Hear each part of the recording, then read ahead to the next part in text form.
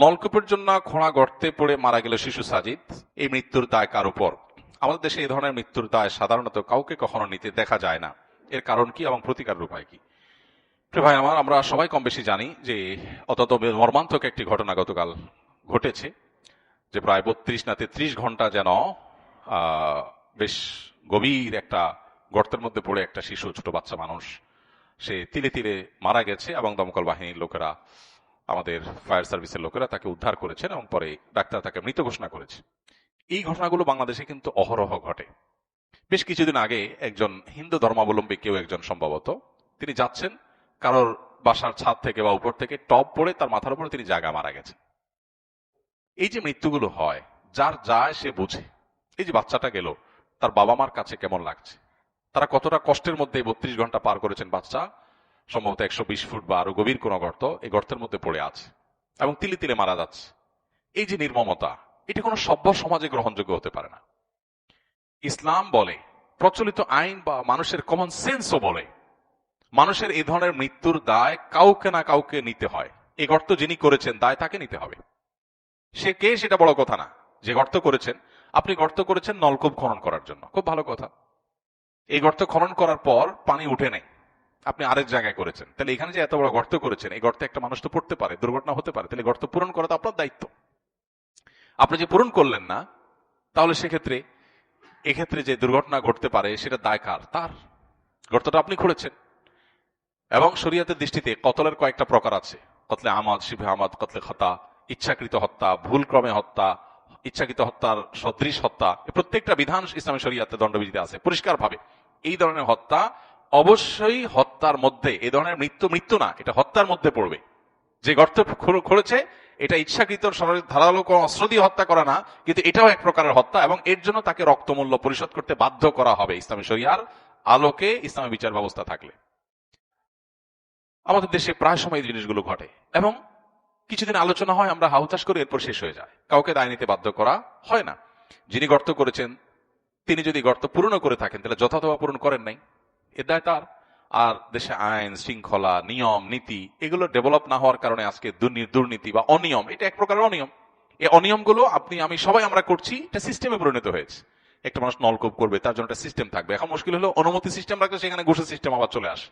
কবে যে আমাদের দেশে এগুলো দূর হবে একমাত্র আল্লাহ তাআলা ভালো জানেন। অতএব শরিয়ার বিচার ব্যবস্থা বলেন আর মানুষের কমন সেন্স বলেন বা প্রচলিত আইন বলেন, সব ক্ষেত্রেই কিন্তু এই ধরনের মৃত্যুর জন্য কাউকে না কাউকে অবশ্যই দায় নিতে হবে, দায় নিতে বাধ্য করা হবে।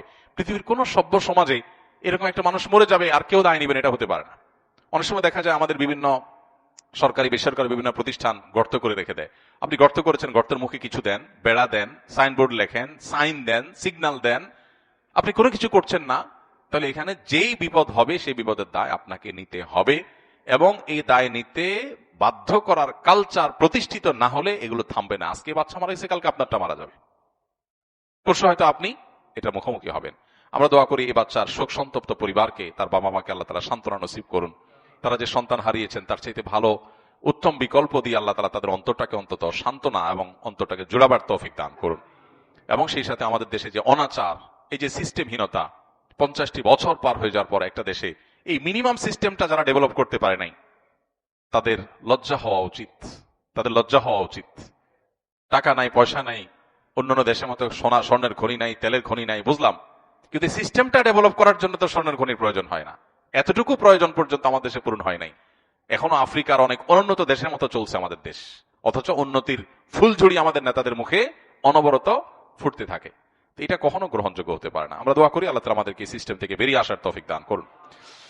আমার জানা মতে টয়লেট পেশাবখানায় ওযু করা নিষেধ, অথবা দোয়া করা বা আল্লাহর জিকির বা অন্যান্য আমল করা থেকে বিরত থাকতে বলা হয়েছে। আমি শহরের যে ফ্ল্যাটে থাকি সেখানে টয়লেট, গোসলখানা, ওযুখানা একসাথেই। সেখানে যদি ওযু করি, ওযু হবে কিনা, ওযুর আগে পরের দোয়াগুলো টয়লেটের ভেতর পড়া যাবে কিনা, তারপর সেই টয়লেটের ভেতর কাপড় ধৌত করার সময় বিসমিল্লাহ বলা যাবে কিনা, টয়লেট থেকে বের হওয়ার পর যে দোয়া আছে সেটা কি টয়লেটের ভেতরে থাকা অবস্থায় পড়বো নাকি বের হয়ে যাওয়ার পড়বো। টয়লেটের ভিতরে উজু করা যায় না, এটা ব্যাপকভাবে প্রচলিত হয়েছে এবং এটা নিয়ে আমাদের একটা ভিডিও গত 10-12 বছরের একটা পুরাতন ভিডিও আছে, ওইটা মিলিয়ন মিলিয়ন মানুষ শুনেছে এবং সেখান থেকে কেউ কেউ ভুলটা বুঝেছেন। আর সেটা হলো টয়লেটে উজু করা যায় না। মূলত টয়লেটে আল্লাহর নাম নেওয়া যায় না, মুখে উচ্চারণ করা যায় না টয়লেটে, কারণ নোংরা জায়গা আল্লাহর নাম উচ্চারণ করা মাকরুহ। এখন কথা হলো অজুর মধ্যেও যেহেতু বিসমিল্লাহ বলতে হয়, অজুর অংশ বিসমিল্লাহ বলে শুরু করা, এই জন্য ঘুরে ফিরে বলা যায় যে টয়লেটে উজু করা যায় না এ অর্থে। কিন্তু কেউ যদি বিসমিল্লাহ মনে মনে বলে, ওকে, সে উজু করতে পারে টয়লেটে। আর যদি কারোর বাসায় টয়লেটের বিকল্প না থাকে, তো একটা বেসিন তো অন্তত বাইরে থাকে, একটা বেসিনও বাইরে নাই, এরকম বাসা কয়টা আছে?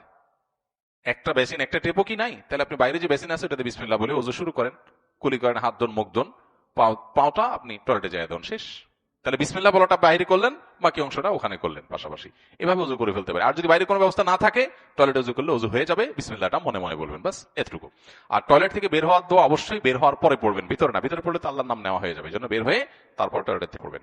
এরপরে প্রশ্ন হলো, আমি একটি কোম্পানিতে সেলসে কাজ করি, কোম্পানি আমাকে বেতন দেয়, আমার কাজ হচ্ছে মার্কেট থেকে অর্ডার এনে ডিলারকে দেওয়া, ডিলার সেই মালকে ডেলিভারি দিবে, কিন্তু পরিস্থিতির কারণে সে মাল আমারই ডেলিভারি দিতে হয়।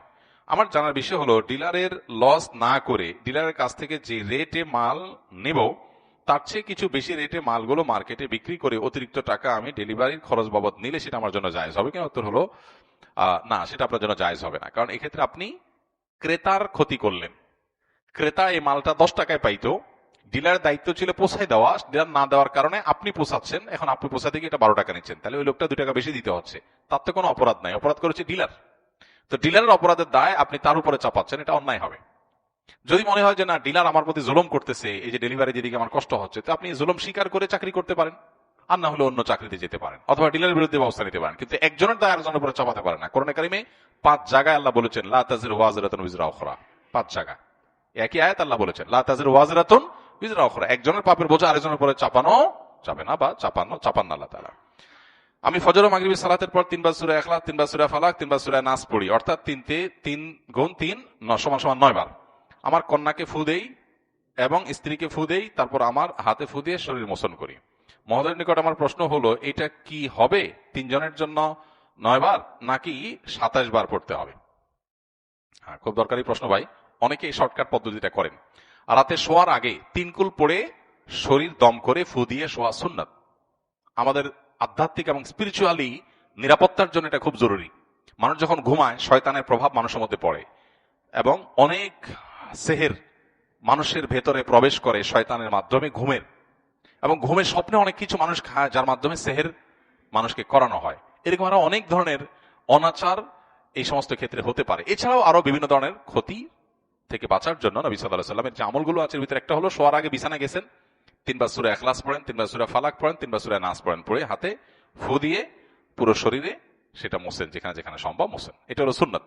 এটা নিজের নিরাপত্তার জন্য এবং মাস্তুনাবল। এখন তো শুইতে গেলে মোবাইল টিপতে টিপতে ঘুমাই আমরা, এগুলো টাইম নেই। এখন যিনি প্রশ্ন করেছেন তার প্রশ্ন হলো যে তিনি 3 কুল পড়ে ফু দিছেন, 3 কুলেই 3 কুল 3 সূরা 3 বার 3 বার মোট 9 বার, এই এক পড়া দিয়ে নিজেও মুসলেন, বাচ্চারে বউরে সবাইরে মুসলেন। এই শর্টকাট পদ্ধতি করা যাবে কিনা? উত্তর হলো না, এটা করা যাবে না। এটা ওয়ান টাইম, প্রত্যেকে যার জন্য সে করবে। আপনার স্ত্রীটা আপনি করবে, স্ত্রীটা আপনি কেন করবেন? তারটা সে করবে। বাচ্চাটা বাচ্চাকে শিখাবেন, বাচ্চা যদি ছোট হয় তাহলে আপনার জন্য একবার পড়ে ফু দিবেন, তার জন্য আবার পড়ে ফু দিবেন। এভাবে যদি একবার পড়ে ফু দিলে সবাইটা হয়ে যায়, তাহলে তো একবার পড়ে পুরো বাসা, পুরো মহল্লা, মসজিদে সবাই মুছতে মুছতে গেলেই তো হয়ে যায়। এতে শর্টকাট করা যাবে না। আর পড়লে তো সব হবে, সমস্যা কি?